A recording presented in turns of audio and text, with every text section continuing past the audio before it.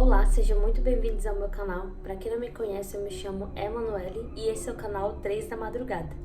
Aqui eu falo de casos criminais reais e assustadores nas terças e nas sextas-feiras às 18 horas. Então, se você gosta desse tipo de assunto, eu te convido a se inscrever no meu canal e também já deixa o like no começo desse vídeo. O vídeo de hoje é sobre um sequestro de um garoto que dizem que foi inspirado no filme Telefone Preto, que está em cartaz, que ele saiu esse ano e ainda está em cartaz do cinema. Inclusive é um filme muito bom. Disseram que esse caso era bastante semelhante com o que tinha acontecido com o protagonista do filme, o Finn. Então eu comecei a ler e realmente algumas coisas têm em comum, mas é claro que não são todas as coisas, foi uma inspiração, não foi baseado nele. Então o vídeo de hoje vai ser bastante interessante, então vamos logo começar esse vídeo, porque ainda é cedo, ainda são 3 da madrugada.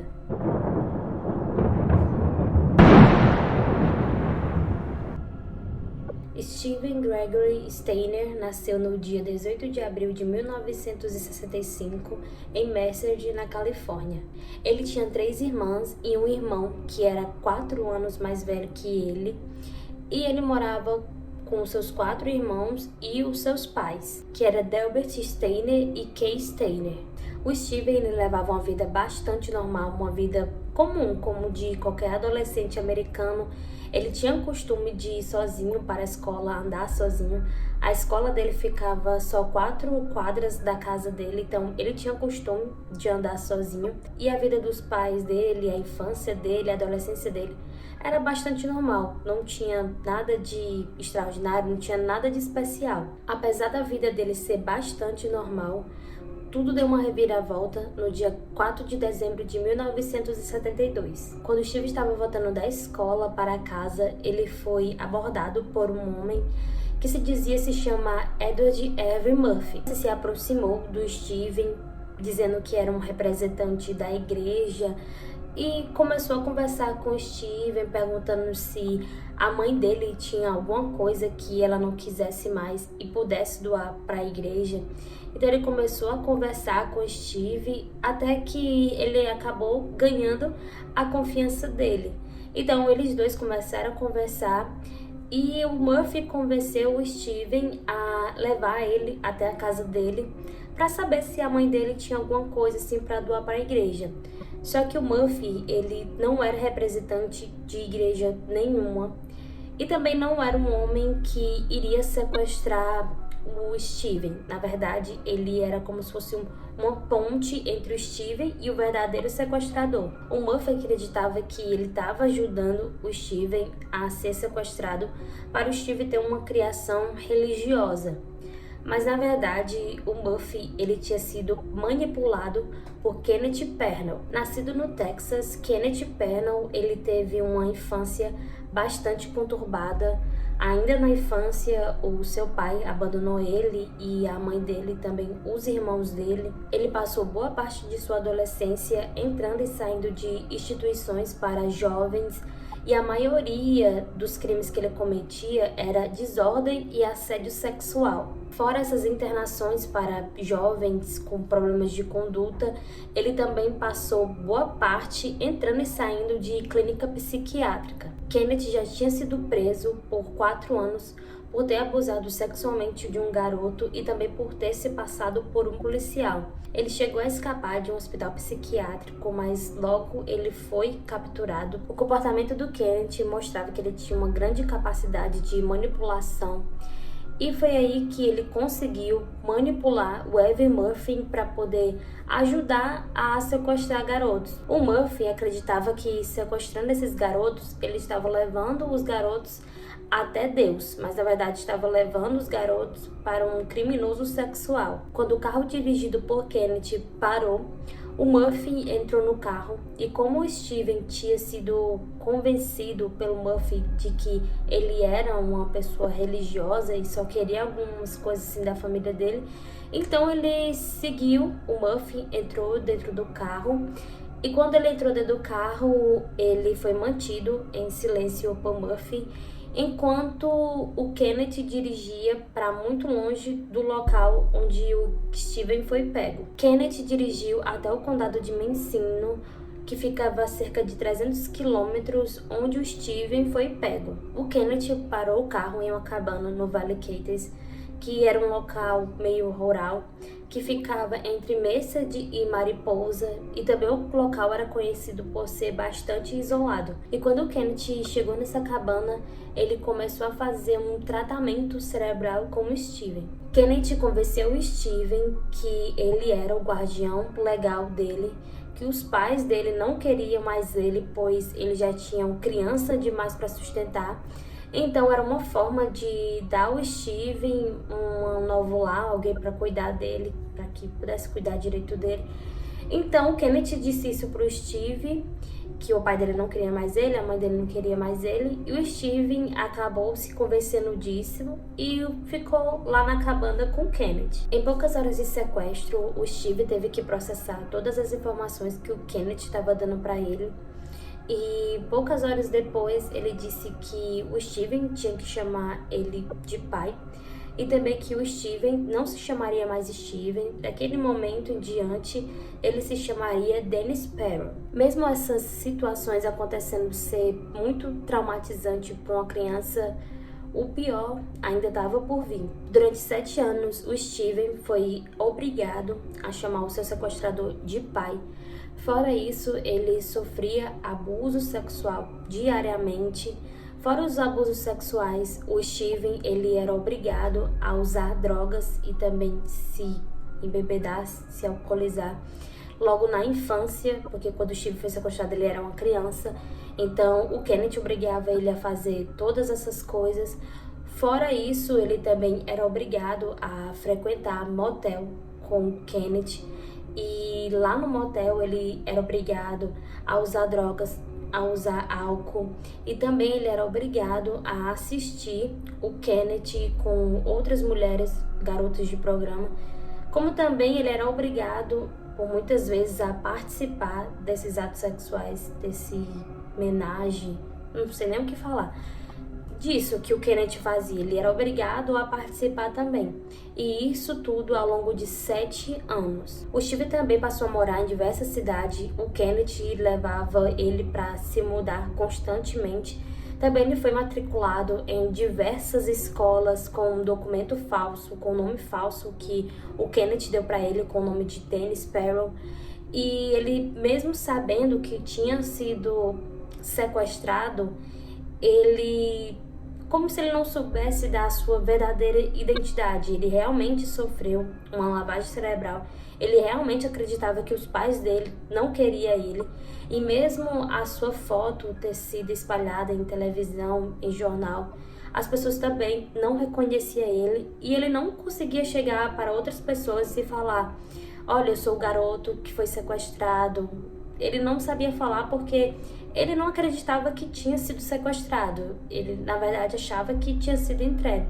Então, mesmo ele conseguia viver em sociedade, já que ele frequentava escolas, só que ele não conseguia chegar para uma pessoa e dizer que ele tinha sido sequestrado, porque para ele, tudo aquilo que ele estava vendo já tinha passado para o normal, né? De tanto abalado psicologicamente que ele estava. À medida que Steven ia crescendo, o desejo sexual de Kenneth por ele também ia diminuindo, já que o Kenneth é um pedófilo e o Steven já estava se tornando um rapaz, quase um homem adulto.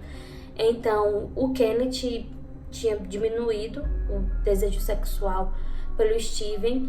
E como a única coisa que ele sentia pelo Steven, a única coisa que fazia ele manter o Steven lá, era esse abuso sexual que ele fazia com ele, então o Kenneth decidiu que era a hora dele arranjar uma nova vítima, uma nova criança para poder sequestrar e depois descartar o Steven.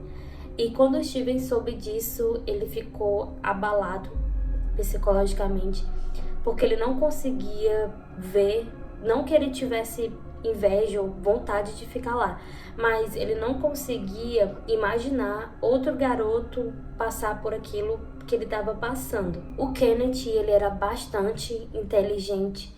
Ele nunca se envolvia diretamente no sequestro. Sempre ele tinha alguém para fazer isso, alguém para servir de mula, de peão. Alguém para servir de laranja para ele ir lá sequestrar a criança. Ele já tinha um garoto à vista, então ele convenceu a Bárbara Matias, que era uma mulher que também abusava sexualmente de Steven, a sequestrar um garoto. Só que ela acabou desistindo. Então o Kenneth convenceu o Steven a sequestrar esse menino. Só que o Steven acabou só sabotando os planos de Kenneth e isso não deu certo. O Kenneth, ele já se via sem saída, sem ter muito o que fazer. Ele precisava urgentemente de uma criança, então ele usou de drogas e dinheiro para convencer Sean Portman a sequestrar um menino. Inicialmente o Sean, ele ficou um pouco assim, não querendo fazer, mas ele foi coagido a sequestrar um garoto. Então, no dia 14 de fevereiro, o Sean Portman sequestrou um menino, que era o Timothy White, que ele tinha apenas 7 anos de idade. O Steven passou a se ver nesse garoto, e quando ele começou a se ver nele, ele sabia de tudo que esse garoto iria passar, porque ele também já tinha passado. E isso foi o início para que o Steven pudesse fazer alguma coisa contra o Kenneth, já que por ele mesmo ele não fez nada, mas ele queria fazer alguma coisa para o garoto. Então no dia 1º de março de 1980, o Steven planejou uma fuga para poder levar o menino para sua casa. O Steven conseguiu levar o garoto para sua casa e o Kenneth acabou sendo preso. E infelizmente o Kenneth pegou apenas 7 anos de prisão. Depois desse sequestro, o Steven Stayner foi visto como um herói, pois ele tinha resgatado uma criança desaparecida e isso poderia ter sido um final bastante feliz. Eu poderia terminar esse vídeo aqui, mas infelizmente a vida do Steven ia ter bastante problemas no futuro. Os problemas de Steven começou já em casa, no ambiente familiar, já que quando ele chegou lá, ele foi submetido a várias regras e como ele passou boa parte da infância não tendo regra de nada na vida, ele desconhecia aquilo que estava vivendo, ele não conseguia entender por que que ele não podia continuar consumindo drogas e bebendo. Ele simplesmente tinha saído de uma vida anormal, voltada para uma vida normal, mas para o Steven era totalmente o contrário. O que era normal para ele não era normal e nem saudável. Então ele não entendia muito bem porque os pais dele proibiam tanto dele fazer certas coisas. E mesmo a família dele dando carinho para ele, ele viu seu pai bastante distante dele e ele não conseguia entender tantas mudanças repetidas que ele estava vivendo na vida dele. E isso gerou uma verdadeira confusão na cabeça do Steven. Diferentemente do protagonista do Telefone Preto, que quando ele saiu lá do cativeiro, ele foi temido por todo mundo da escola.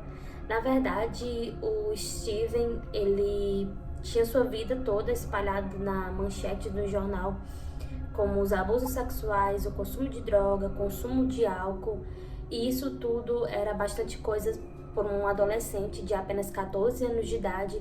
Então ele tinha visto a sua vida ser exposta para todo mundo ver, todo mundo da sua escola sabia o que ele tinha passado, do abuso sexual, tudo. Então, com isso, os colegas de escola dele passaram a ridicularizar ele, ridicularizar o que ele tinha passado. Ele começou a sofrer bullying na escola. E com tudo isso, o Steven acabou abandonando a escola. E esse comportamento dele que ele estava tendo acabou trazendo alguns problemas para a família dele, para o convívio familiar.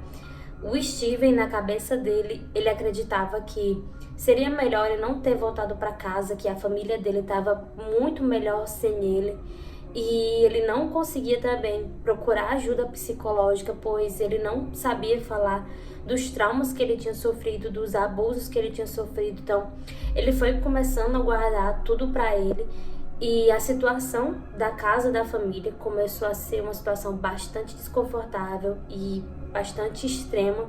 tanto que o pai do Steven colocou ele para fora de casa. Em 1985, a vida do Steve começou a ter uma melhora significativa. Aos 19 anos de idade, ele conheceu a Jodie Edmondson, no qual ele casou e teve 2 filhas, e ele começou a treinar para ser um oficial de segurança. Ele dava debate e palestras sobre o sequestro e o que tinha acontecido com ele, até que no dia 16 de setembro de 1989, o Steve ele acabou sofrendo um acidente de moto e ele teve vários ferimentos graves, principalmente na região da cabeça, e ele acabou falecendo no local. Os danos do sequestro de Steven Steiner acabou afetando toda a família dele e principalmente o irmão dele mais velho, o Cary Steiner, que ele se viu abandonado pelo pai, porque o pai dele passava boa parte do tempo dele procurando o Steven. Então, com esse abandono do pai dele, ele passou a morar com um tio. O tio dele abusava sexualmente dele e ele viu o tio dele sendo assassinado por um homem que tinha invadido a casa deles. E tudo isso fez com que o Cary Steiner futuramente se tornasse um criminoso que foi até condenado à pena de morte. Mas esse assunto é assunto para outro vídeo, porque senão esse vídeo fica muito longo. Então o vídeo de hoje fica por aqui. Eu espero muito que vocês tenham gostado. Também espero muito que vocês tenham se inscrito no canal. Mas se não tiver se inscrito, se inscreva agora. E também deixe seu like agora, tá? Eu fico por aqui. Beijos e até o próximo vídeo.